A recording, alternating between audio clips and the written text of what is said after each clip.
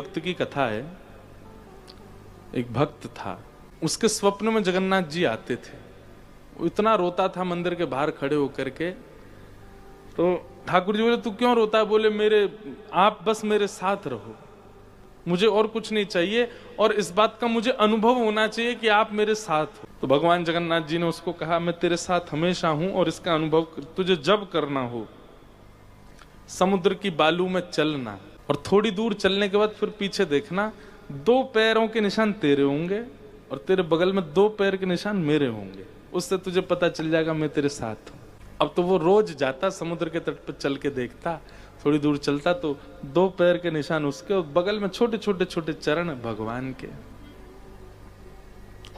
इतना प्रसन्न रहता था। लेकिन ये उसके घर में कोई घटना घटी, माता जी का देहावसन हो गया, बहुत कष्ट में आ गया, इतना पीड़ा में आ गया, रोने लगा, विलखने लगा। अपनी मां के जाने के भाव से तुरंत दौड़ करके गया। बोले, मैं मन को शांत करने का एक ही तरीका, पता चले जगन्नाथ जी मेरे साथ हैं। अत्यंत पीड़ा में था। जैसे ही समुद्र के तट पर चल रहा था, रो रहा था बहुत तेज तेज। पीछे मुड़ करके उसने देखा तो 2 ही पैरों के चिन्ह थे। जगन्नाथ मंदिर के बाहर जाकर बोला, मैं समझ गया, मेरी मां का देहावसन इसलिए हुआ क्योंकि आप मुझे छोड़ के चले गए हो। अब आप मेरे साथ में नहीं हो। आपने कुछ दिन मेरा संग किया, उसके बाद मुझे अकेला छोड़ दिया। नाथ, आप ऐसा कैसे कर सकते? मुझसे क्या अपराध हुआ? रोने लगा, बिलखने लगा।